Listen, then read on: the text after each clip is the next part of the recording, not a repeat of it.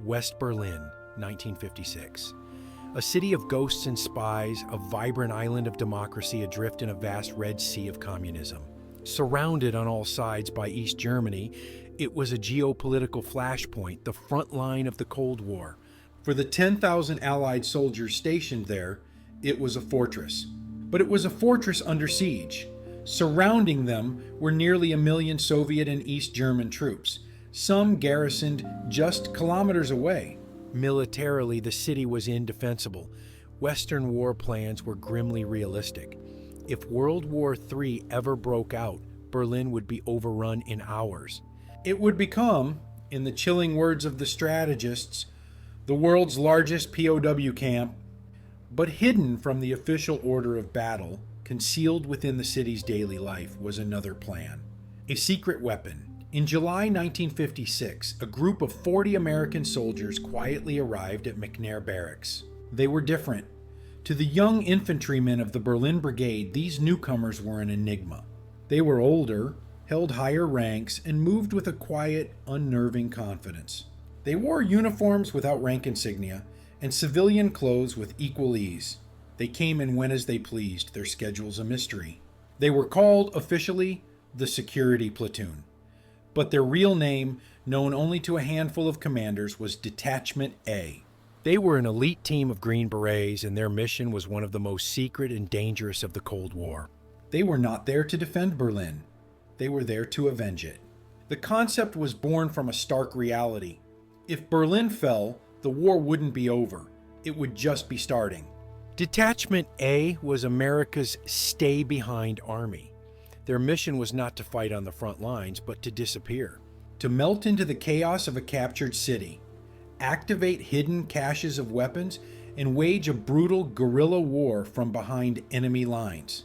Their targets were the sinews of the occupying army, railway bridges, communication hubs, fuel depots, and high-level command and control facilities. They were to be a phantom menace, a constant bleeding wound in the enemy's rear, slowing the Soviet advance into Western Europe. To the West Berliners they lived among, they would be freedom fighters. To the enemy, they would be terrorists. This was a new kind of warfare, requiring a new kind of soldier. The men of Detachment A were not just commandos, they were spy soldiers. Each was handpicked for his intelligence, maturity, and linguistic ability. Speaking fluent German was a prerequisite. Their training was unlike any other in the U.S. Army. They were masters of ungentlemanly warfare, but their curriculum went far beyond standard special forces skills. They were trained in the dark arts of espionage, often by experts from other government agencies, a euphemism for the CIA. They learned to operate in the shadows, mastering clandestine communication, dead letter drops, surveillance, and surreptitious entry techniques. To prepare for their primary mission of sabotage, they became expert demolitionists capable of calculating the precise amount of explosive needed to fell a bridge or cripple a power station. And they had to be able to get to those targets. Their infiltration training was relentless and unconventional. While they maintained their airborne status, they knew jumping from a plane over a heavily occupied area was suicide.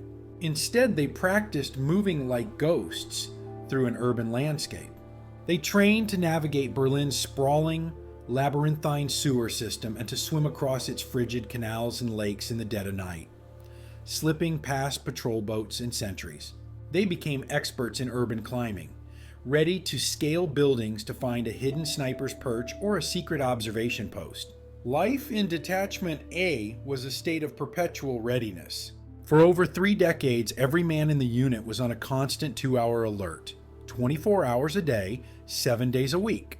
If the balloon went up, they had to be ready to go to war in 120 minutes. This created an intense, nerve-wracking existence, but their training was designed to sharpen that edge. To ensure they could fight on even if their main base was overrun, the unit established a network of hidden caches across West Berlin.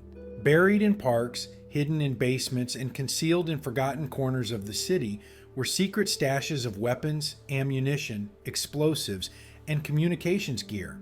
In the entire history of the unit, not a single cache was ever compromised by the enemy. Their skills were constantly tested in brutally realistic exercises. In 1958, a team was tasked with Operation Soltau to infiltrate the headquarters of a British Army brigade on maneuvers in West Germany. After parachuting in at night, they linked up with SAS troopers acting as local guerrillas and moved silently towards the camp. Undetected by sentries, two men crawled under the flap of the commander's tent. As he slept, they placed a small calling card by his head. Other team members planted simulated charges on the communications center. On cue, the charges went off and the team vanished into the night. The next day, an embarrassed British commander held up the card for the debriefing. It read simply, "You are dead." But perhaps the ultimate test of their clandestine skills was an escape and evasion exercise devised by their commander. 5 soldiers were driven to northern West Germany, stripped of their money and ID, and left in the countryside. Their mission: make their way 850 kilometers south to the Special Forces base at Bad Tölz without getting caught. To make it interesting, a bounty was placed on their heads and every police officer along the route was put on alert. The men disappeared. One found work as a manual laborer to earn money. Another hitched a ride with college students in their VW microbus. Within 10 days, all 5 had successfully completed the journey, leaving a trail of very disappointed German policemen in their wake. Even routine training could turn into a lesson in tradecraft. During one exercise, a team communicator set up his concealable radio in a cheap hotel in the Kreuzberg district. To save his batteries, he plugged the power supply directly into the wall. After transmitting his encrypted message, he packed his gear and opened the door to find the entire hotel plunged into darkness. He had blown all the circuit breakers. He paid his bill and slipped out a side exit, just minutes before a radio direction-finding team swept the neighborhood, hunting for his signal. It was a close call, but as they say, good training. For years, the inner-city border between East and West Berlin was a fluid, porous line. It was the one place where East Germans, suffocating under communist rule, could simply walk to freedom. By 1961, over 3 million had made the journey, a devastating brain drain that the Soviet Union could not tolerate. On the night of August 13, 1961, the leak was plugged. Under the watch of armed guards and tanks, East German workers began to unspool miles of barbed wire, tearing up streets and sealing the border. That wire would soon be replaced by concrete and watchtowers. The Berlin Wall was born. For the men of Detachment A, the wall was a profound and formidable new reality. The mission had always been to infiltrate East Germany. But the anti-fascist protective wall, as the communists cynically called it, turned a challenging task into a near-suicidal one. Their tactics had to evolve, their focus shifting even more towards surviving and operating within a completely sealed, occupied West Berlin. The game had changed and the stakes were higher than ever. For more than 30 years, the men of Detachment A lived a double life. They were American soldiers, but also Berliners. They raised families, coached Little League, and drank beer in local pubs, all while carrying the weight of a secret mission that could be activated at any moment. They were the ghosts who waited, a silent, invisible force preparing for a war that, mercifully, never came. Their existence was a powerful psychological deterrent. Soviet war planners knew that even if they could take West Berlin, their victory would be a hollow one. They would be occupying a city infested with America's most elite guerrilla fighters, a hornet's nest of saboteurs who knew the city's every street and secret passage. When the Berlin Wall finally crumbled in 1989, the mission of Detachment A was over. The threat they had been created to counter had vanished. Silently, without fanfare, the unit was deactivated. Its members were reassigned, their secret caches were emptied, and their incredible story was locked away in classified files. The secret soldiers of Berlin simply faded away, their 3-decade vigil at the heart of the Cold War finally at an end.